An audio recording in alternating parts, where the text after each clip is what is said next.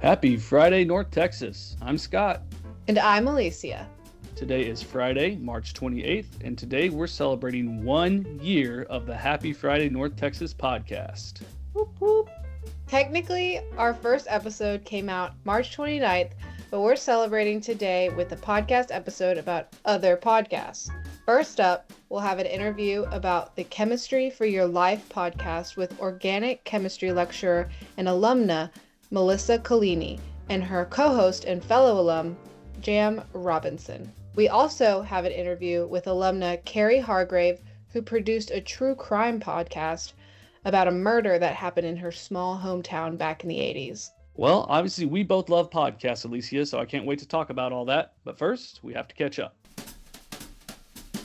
Scott, it's the end of March, which means commencement is right around the corner, and I am so excited for the grad block party that UNT is hosting on May 9th. That's right, the grad block party is the Friday night of commencement weekend. There's going to be free food, live music, giveaways, carnival rides, games, and so much more. We'll put a link in the show notes, or you can visit commencement.unt.edu to get all the details. But trust us, you don't want to miss out on this chance for students, alumni, faculty, and staff to come together to celebrate our graduates. And Fall 24 and Spring and Summer 25 grads will get a special free gift when they check in at the party, and we'll end the night with a big fireworks show. Speaking of things worth celebrating, Scott, we've been doing this for a year. How is that even possible? I know, right? Time flies when you're having fun. And what could be more fun than celebrating a year of podcasting by talking about podcasts?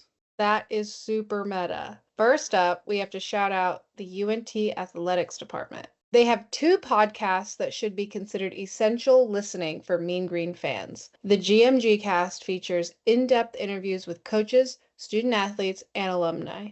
They also produce This Week in Mean Green Sports, which breaks down all the events coming up in the world of North Texas athletics for the coming week. Be sure to check those out. For sure, especially with the postseason runs the men's and women's basketball teams have been on this season, that's a great way to stay up to speed on all things Mean Green. Up next, we're talking about Chemistry for Your Life, a podcast that helps listeners understand the fascinating chemistry at work in our everyday lives. It's hosted by a pair of alums, one of whom also happens to be an organic chemistry lecturer right here at UNT.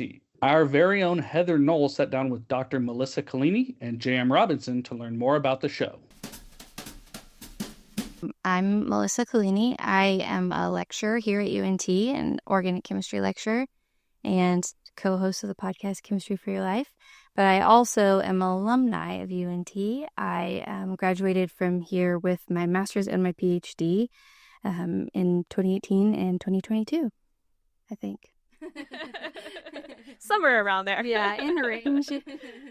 And my name is Jam Robinson, or Joshua is my full name, but Jam is my nickname. I also went to UNT. I graduated with my bachelor's in radio, television, and film in 2015. And I don't think that's what it's called anymore, that degree. Oh, really? No, I think they've changed it. And Media arts. Media arts. Yes. There we go. And I also co-host the podcast with Melissa. Most of her descriptions, I would say I'm not, and I'm not, and I'm not. You know, she's a chemist, she's all this stuff, and I'm not. I just bring some media know-how to our podcast. Yeah. Great. Thank you. Well, so glad y'all are talking with me today. And right, so y'all have a podcast that y'all host together called Chemistry for Your Life. But tell me about that and how y'all got started with it. So, well, I love podcasts, and I had listened to another podcast about design and engineering, which seems like wouldn't be very interesting, but they do such a good job of making it interesting. I would talk about how someone needed to do that for chemistry. And then I had actually also a professor here, Dr. Rebecca Weber. She encouraged me to start it. She was like, you've been talking about a podcast about chemistry for years. It's time to go. You need to have it done by the end of the summer. So it was in 2019, and then I reached out to Jam, who has a degree, in making sound. So I asked him, how would you even do this? He also had another podcast at the time. And so I was really just asking for advice and if he wanted to be a guest, and he had a counter offer. That's right. Yeah, I was already doing a podcast as like a hobby, but Melissa and I have been friends for years, and she had, her passion for chemistry is something you can't be friends with her or even acquainted with her and not hear about. And so she was talking about this podcast idea and asking for some help and advice and stuff. And I was just getting also very excited at the way she was talking about it and realizing, man, this would be so much fun. And then practically I was thinking I could help with just some of the tech, but could I get her set up to do that by herself and also host the podcast herself and do all these things and wear all these hats on her own? Or it'd be way easier to have someone who's doing that stuff that's present. And then also I was like, and if I'm going to be there helping with that, why wouldn't I want to learn the chemistry too and get to have fun also? So that's kind of how I weaseled my way into Melissa's exciting idea. Yeah, and tell me more about kind of the why behind this project for you and why you felt like a podcast would be the right medium for you to do this. Well, I love podcasts, and I already loved podcasts back then, and there's a lot where they teach science, like Radio Lab or things like that, but I also separately loved chemistry, and I would tell people that, and they would say, you're like, wow, you must be so smart, which I would be like, no, I just really like this one thing, and I don't think you have to be really smart to understand chemistry. Or they would say, I hated chemistry. And I realized that I had a really good high school chemistry teacher who connected it back to everyday life a lot, but not everybody had that. And I felt like, oh, if we could just teach people with relevant chemistry, like how does this matter in your everyday life? Where do you see something like this in your everyday life? It could be as interesting as these other science podcasts we listen to. And then it could be accessible and other people could feel empowered to learn about science. And there's so many benefits that come with that. And so I just wanted to help people who maybe didn't think that chemistry was for them to see that it could be for them. So yeah, I think that was my big thing. And then I loved podcasts, so that just flew naturally. You're like, oh yeah, that'll be the one. Yeah. So, and do y'all remember that first episode? How did that go? What do you remember about Oh, yes. I mean, I remember that there was a lot of just if we listen back to it, it's kind of cringy to hear our voices. I've been podcasting quite a bit, but it was a totally different medium. It was like I'm learning something and needing to try to repeat it back. So that was vulnerable in that way. Mm-hmm. Melissa, understandably, like most people, had a really hard time hearing her own voice. Yeah. So there's just a lot of this like self-consciousness that is just hard to get through. It's very understandable. It's not normal to hear your own voice playing in your ears while you're talking. Yeah. And so, but I remember that episode is one we reference back to a lot. Do you want to talk about what the topic was? Yeah. Well, I'll also say I remember all those feelings, plus like, oh my gosh, we're doing it. Like I'm living my dream. Like I wanted to always have a chemistry podcast and it's happening. So there was also that like feeling.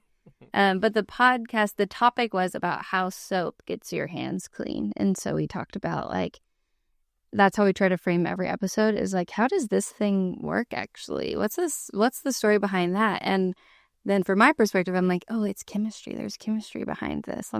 Let's talk about that. So that was the topic, is about how soap gets your hands clean. And then for those of you who have a chemistry background, or maybe you can go listen to the podcast if you want to learn more, but that goes into like intermolecular forces and how electrons are shared around bonds. So I was able to connect these fundamental chemistry concepts with something that happens in everyday life. And that was 2019, right? Yes, 2019. I'm pretty sure. Yeah, I'm pretty sure I have a photo. If it was 2020, yeah. Oh, I know. Yeah, we did go back and revisit how soap specifically kills COVID-19 afterwards. Right. Yeah. I think we have a photo from that first recording session, and we're just literally in this walk-in closet at the house I lived in at the time that we just kind of turned into a recording studio. Mm-hmm. And honestly, other than the fact that we added video later to the podcast, our setup hasn't upgraded a lot. We just use a space that we have. Like it's just, and we use the exact same equipment. We haven't changed anything really, but it's at least not in the closet, which is nice. Yeah. And what do you feel like, thinking back from where y'all started to where y'all are today, what have you learned about podcasting? So much. Do you want to go first? I don't know. I have some thoughts. Go ahead. We can work on formulating yours. One thing, and we tried to build the culture of this into our podcast from the beginning, is like, you can't be perfect all the time. And if I had let being perfect or feeling like I was ready as a scientist or whatever, if I had let that sort of take over, I think we never would have done it. And so sort of the idea of don't let perfect be the enemy of good enough. It's like, get it done.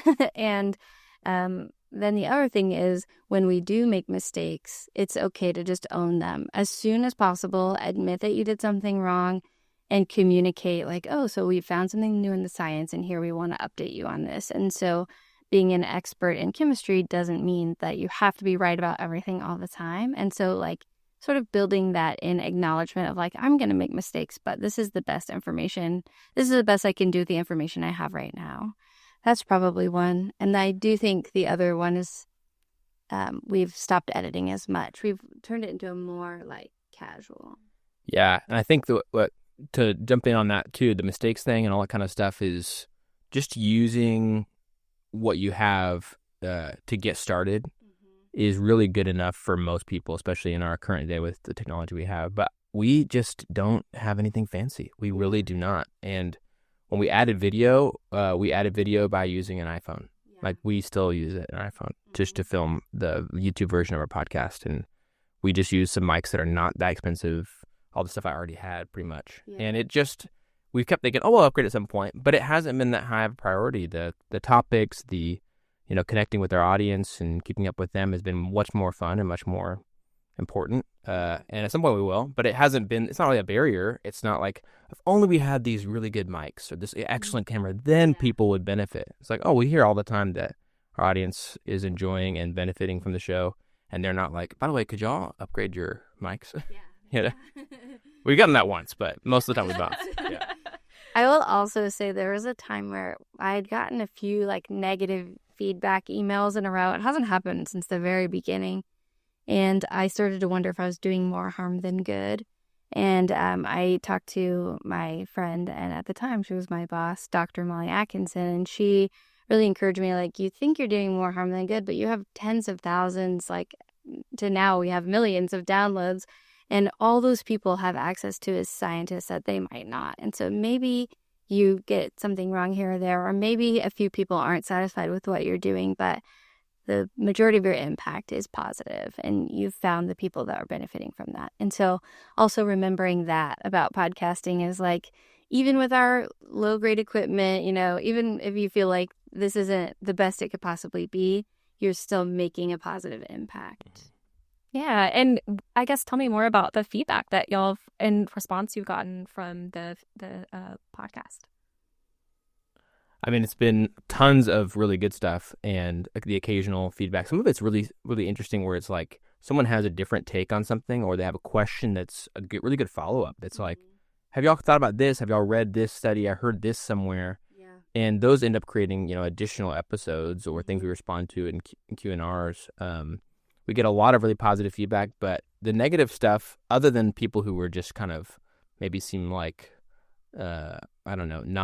not very kind-hearted about it, it's not very many of them. Most people have a constructive, interesting, how to make the podcast better or something they wish we would talk about feedback. But we get tons of like super positive, super encouraging. I love this podcast. This is my favorite. I told my mom about it, blah, blah, blah. Yeah. And that stuff is like, I mean, you can't. Yeah, it's nothing's really better than that feeling. Yeah. Of being like someone in some place that may be like, we had a listener for a while that was super communicative from Australia.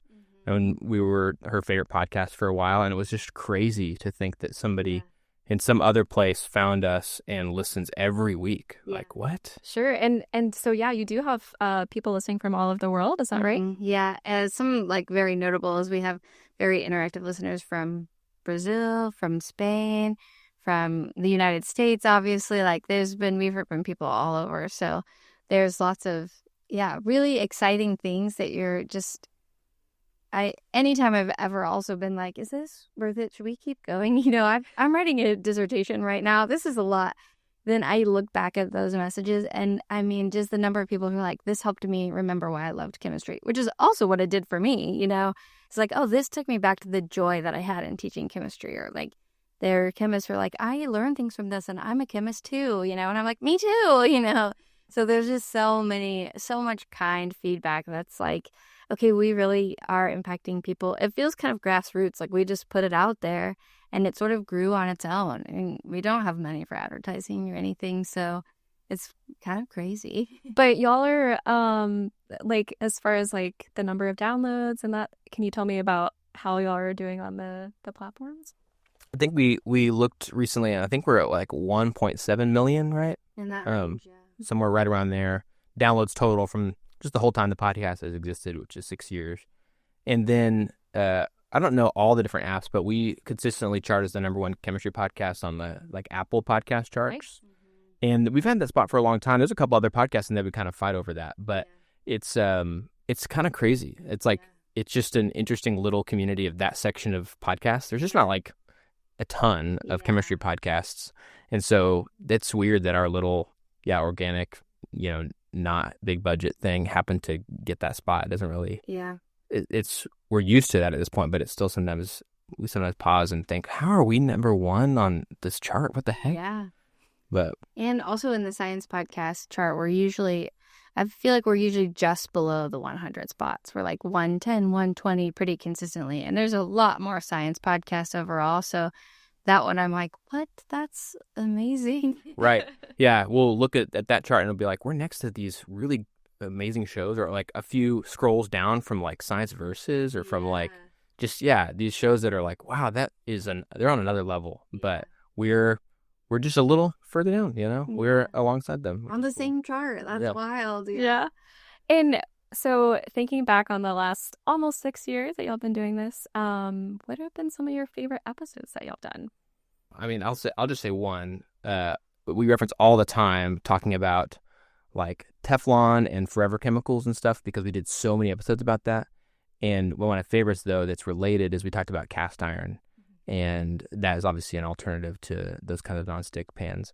And that is one that's one of our favorites. It also is something that just affected the way we actually live in a lot of ways. We, changed different cookware we had. Melissa was already in on cast iron, but that's just one of those that I think about all the time because I'm cooking, all the time. Yeah. And it's like the chemistry of that and many things we've talked about plays into our everyday lives. And I can't get away from thinking about what's going on here. What's happening when I'm putting a layer of oil on my pan and turning it up and doing another layer of seasoning. It's like I already know what's happening here, and I can't unknow that.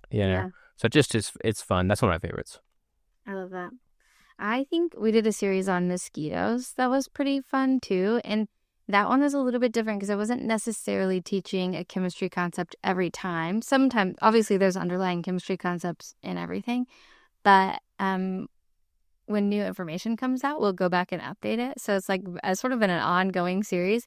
And one of them came out and I'm like, this is really exciting and cool. I think a listener actually shared an updated article like, oh, here's some new research about mosquitoes.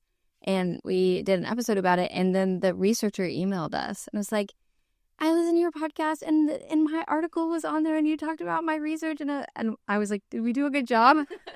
But she said we did a really good job. And like, she was excited about it. And I was like, this feels like I'm meeting someone famous. It was so cool to actually meet the scientist whose work we had talked about. And so that was a fun moment. I was like, wow, that was a cool series that we've done. Yeah, that's awesome. And I think one that caught my, I'm not personally a coffee drinker, but I know I saw there was an episode about coffee. Oh, yeah, that was a good set. Yeah. That's one that I think a lot of people would be like, oh, I drink that every day. What's going on there? Right. You can tell when we put something out that people are already wondering a lot about because it'll like get a much faster spike of downloads where it's like if coffee related or caffeine. Mm-hmm. We did some really cool ones about with the pharmacologist about antidepressants and SSRIs and different things like that. That of course, gets a ton of attention and a lot of people are interested in that. And it's cool to do those topics where people suddenly just flock to it and it strikes a chord or it's something people didn't need to be convinced to be interested in. They are already really interested. So yeah. Well, what do y'all see as the future for the podcast? What do you hope to see down the road? Well, it would be nice if it moved out of hobby into more professional range. Right now, we just donate our free time, basically, and it's sort of self-sustaining. So that's something that we've talked about. It would also be really nice if we could maybe have a little bit more just time to work on it. And so that's part of what I really love about being a professor here at UNT, a teaching professor, a lecturer here at UNT, is I get the summers off. And so I have time to devote to making more social media, to planning out our episodes a little bit more, to thinking about like, oh, what are people really interested in and how can we tailor it to that? So for me, that's something I'm looking forward to, is in the summer having more time. And that is a big draw of the position that I took now, is that I have the space to explore the podcast a little bit more. Yeah. Yeah, I don't think I have much more to add to that. We've long hoped it could become something that isn't just getting the margins of our time, but really we can afford to give it more. But right now, I mean, we're in a good groove. We can keep going like this. It'd be nice to give it more attention. It's like a plant we want to grow. We can only water it so much. We can only give it so much attention, but we'd love to see it really flourish. But it's fun how it is as well. So yeah, it is fun. I think that's probably the biggest, longest term goal that we've ever had for it, is like, okay, if this ever negatively impacts our friendship, if it negatively impacts our lives, if it stops being fun and good, then we just quit, And so the longest term goal is, are we still having fun? Are we still teaching people chemistry? Then I think we'll keep going. But if something doesn't fit, then we'll try to adjust. And yeah, but we've made it through Jam having kids, me having a dissertation, which is similar time commitment in the beginning, lots of things, and we've been able to keep you've so. Yeah, Melissa's finished 2 degrees, and I've had 3 kids, and I've moved, you've moved like twice, you got married. Yeah. In the 6-year span we've been doing the podcast, we've had numerous reasons to be like, let's stop, let's not, or it's just crazy. But we keep going, and it keeps working, we keep adjusting, we are always tinkering with it, we record late at night, or we did recording during the day. We've just messed with it and made it work for us. But yeah, well, great. Thank you for sharing more about it. Any last thoughts you want to impart on the listeners? I guess just like go mean green might be like a thought. I was gonna say thank you for having us, and thanks for listening. Yes, thanks for having us. And a big thing we say at the end of our episodes is yay chemistry. Yay chemistry. Yay chemistry. OMG, I'm loving Melissa and Jam's vibe. Definitely going to start listening to their back catalog to start learning some chemistry fun facts. Me too. That'll be a fun addition to my weekly podcast lineup. Big thanks to Heather for bringing us that interview. Check the show notes to learn more about the show, or search for Chemistry for Your Life on whatever podcast player you're using to listen to this right now. But first, for our next interview, we're diving into the true crime podcast subgenre. Love a true crime deep dive. Consider this your trigger warning, folks. UNT alumna Kari Hargrave has a successful career working in the insurance industry, but she recently took on a side gig to help a friend produce a podcast. They explore the story of a murder that took place in their small hometown of Princeton, Texas in 1988, with the show True Texas Crime: The Significant Life of Angela Stevens. Just tell me about the podcast itself. What's it called, and what's it about, and is it already out? How can people listen to it? Yeah, so the podcast is called True Texas Crime: The Significant Life of Angela Stevens. And we released the podcast in July. And it's all 9 episodes have been out. I want to say we finished that up probably August. So everything's out there. You can listen to any, you can subscribe to any of the ways that you prefer to listen to your podcast. They're out there on every platform. Yeah, so they're out there right now, and it's a podcast about a murder that took place when I was younger, and we just kind of investigated like what happened, how the town I'm from is pretty small, so it happened in a small town, and that's kind of what the podcast is pretty much about, the murder of a young lady in that town. Interesting. Mm-hmm. And what is your role in the podcast, and how'd you get involved with this? So I'm the executive producer of this podcast, and the host of the podcast is one of my really close friends. Her name is Julie Dove. She actually graduated with my older sister and was it's crazy. She graduated and was actually my theater teacher. I was very into theater. And she and I just maintained a close relationship for many years. She's actually in LA now. She's an actress. She just finished her role on Days of Our Lives, which is a soap opera. And we always kept in touch, and we had been talking about really wanting to start a podcast. and she had mentioned this murder that took place in our small town where we both were raised and how it impacted her. And I felt very similar to that. Like, yes, this is something. The young lady in the podcast who was murdered was one of my sister's closest friends. So it was something that I can just remember it happened when I was 13, and it stuck with me. It stuck with me all these years. So she and I got together, and I was like, you know what? She was like, now's no better time than to do this podcast. And so that's how the podcast came about. And I, as the executive producer, I looked at the scripts. I did a lot of the investigation on the trials because they happened so long ago. They weren't really available on computer. We had to kind of dig for those. Yeah. It was a murder that happened in 1987. So anyhow, that's kind of how I became involved. And that's what I did. She would write the script, do the interviews. We would kind of pick out who we interviewed, and then I basically financed it and was the signed off on each episode. So that was my role in it. Nice. And so this one is out and completely out now. Do y'all have any plans for any follow-ups or any other topics you want to cover? Or I mean, we definitely kind of would. At this point? Yeah, no, we definitely want to have a season 2. To kind of give you a brief synopsis of the podcast for anyone who might want to listen. There was a young lady in our town. She was 16 years old. She dated, not really dated, but I guess had a little relationship with a young man who was quite a bit older than her. Was 3 years older than her. Anyhow, she went missing, and the whole town kind of didn't know where she was for 2 to 3 weeks. And then come to find out, there was 3 high school boys who actually murdered her. And so it was kind of a reaction on the town was like, oh, these poor boys, right? They were kind of like, they kind of ruined their life, but it was never about the victim. So our podcast, this podcast and those moving forward are kind of giving a voice to victims who maybe didn't ever have one.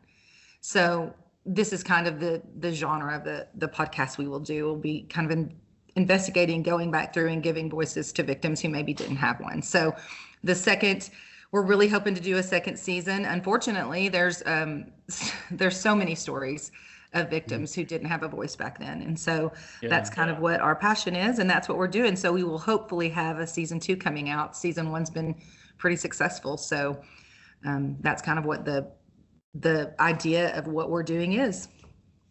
Very nice. And then, so you work in insurance, right? Tell me about that. And this is just kind of something you do on the side? Correct. So I graduated from the University of North Texas. Go Mean Green. I'm super proud of where I went. My daughter goes there now. She's a senior there. And so I'm definitely a huge fan. And I graduated from North Texas in 1999. And literally 2 days later, I started working for State Farm. And I became an insurance agent. So yeah, that's what I do now. I've had my business for 18 years. I love what I do. It's an amazing job to have. I'm very much involved with my community. That's something I love to do too as well. So being an entrepreneur was something I always wanted to do. And I'm very thankful for my time at University of North Texas where I got my degree, because I was able to meet a lot of entrepreneurs as well as learn so much from them. And having a lot of female professors really helped me, kind of pave the way for what I wanted to do. And that was something that back then, because I graduated many years ago, it feels like, but yeah, there was not a lot of entrepreneurial help with females. And so I feel like I got that at the University of North Texas, and it kind of paved my way to be where I'm now. And I love what I do, and I'm thankful for the time I had there. Yeah, that's great. So insurance and podcasting, obviously maybe not like the most obvious connection, but right. Small business owner and then starting a podcast both require kind of that entrepreneurial spirit. Any advice for anyone who's has a day job but is interested in dabbling in the world of podcasting? Oh yeah, I think that podcasting is so amazing, especially if you were like me. I was a theater kid. I was very much involved with debate. Like, I love things like of this nature. And so podcasting, pretty much anyone can do it. It's kind of a crazy time in the world. You don't have to have a whole lot of special equipment to do it. You just have to have some pretty good content. And I think that that's something that anyone can start and go with it. It's a lot of work. So it's crazy to think, and I'm sure that yourself, like the time that you put into it. There's a lot of editing. There's a lot of voice work that goes on with it, but it's a really good way to get content out there that maybe you wouldn't have the ability to do, because not everybody's going to have a studio where they can film stuff in. And it's also, you can do it. My partner's in LA.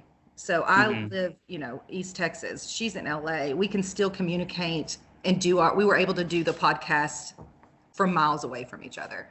So that's another thing. I just say what you do is you just have to have a lot of drive, and you have to have some good content, and you can just put it together, and you have to have the ability to put yourself out there. And that's really all it takes. Yeah. Well, that's great. We'll be sure to link to the show and point people to that so they can check it out. And Kari, thank you again for joining us. I really appreciate your time. Oh, absolutely. And thanks so much. And I would just love anyone who would want to subscribe to the podcast, and feedback is always welcome. So thank you so much for having me on here and for what you do. I appreciate it. Absolutely. Give us a shot when season 2 rolls out. We'll got it. Back on. All right. All right. Thanks, Kari. Okay, I'm definitely binging that this weekend, and we'll report back Monday. Can't wait to hear about it. If you want to listen to True Texas Crime, check the show notes for a link, or search for it on your preferred podcast apparatus. Podcasteratus. What? What? Speaking of what's our Q&A today, Scotty? Well, in honor of the podcast turning 1, we've got a 2-parter. What's your favorite podcast? And what's your favorite birthday cake flavor? Well, right now, my favorite podcast is called A Hot Dog is a Sandwich. If you've ever heard of Good Mythical Morning, it's a show that they produce with 2 chefs where they discuss, debate, and dissect the web's most hilariously controversial culinary quandaries. As an avid foodie, this is right up my alley. Plus, it's a great learning tool. And my favorite birthday cake flavor may sound odd to some of the common folk, but I love a moist carrot cake with raisins and pineapple and a good cream cheese frosting. You dude. I love me some texture in my cake. I also wouldn't be disappointed with a simple tres leches sheet cake with fruit on top. What about you, Scootle? Well, I've got a couple dozen podcasts in my weekly rotation, but if I have to pick just one, I'd have to go with a parenting podcast I listen to called Dear Old Dads. Really funny, and they dig into some really thought-provoking conversations about fatherhood. It can get pretty NSFW at times, though, so listen at your own risk. And to be honest, I'm not the biggest cake fan. I can get down with an ice cream cake or a good chewy brownie, though. Our student reporter, Bradford Osborne, took this random question combination to students to get their takes. What's your favorite podcast? I like Dark History by Bailey Sarian. Me too. I love that one. Love that one. And I don't know if it's a podcast, but I watch it on YouTube, Rotten Mango. Who's She does true crime. Okay. Stuff. And what's your favorite flavor of cake? Ooh. I just tried a snickerdoodle cake. That was really good. So that's probably my favorite flavor, that or red velvet. Okay. Thank you. Thank you. You don't listen to podcasts? No, that's okay. particularly. That's okay. And our next question is, what's your favorite cake flavor? Ooh, double chocolate. Okay. Thank you. My favorite podcast is Emergency Intercom. What's it about? It's a comedy podcast by Drew Phillips and Inya Umanzor, and they talk about their lives and what it's like living in LA. And what's your favorite cake flavor? Vanilla with chocolate frosting. My favorite podcast is Conan Needs a Friend, and my favorite cake flavor has got to be chocolate. My favorite podcast is The Broski Report, and my favorite cake flavor is strawberry. Well, now that you've heard all of our podcast/cake combos, we want to hear from you. Tell us about your favorite podcast and or cake flavors by emailing us at podcast@unt.edu or calling us at 940-565-4341. And as always, don't forget to tell a friend about the show, share it on social media, or leave us a rating and review wherever you listen. Until next time, we hope you have a happy Friday, North Texas. And go Mean Green. Plus, happy birthday.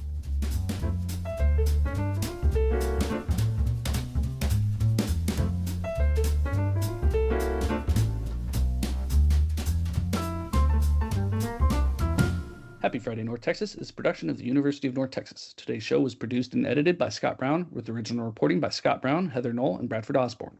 For more information, visit unt.edu/podcast. They have 2 podcasts that should be considered essential listening for Mean Green fans. Retake the second sentence. You said essential listening. All the rest of it was good. It was just that sentence. Yeah. They have 2 podcasts that should be considered. For sure, especially with the postseason runs the men's and women's basketball teams have been on this season. That my cadence was weird.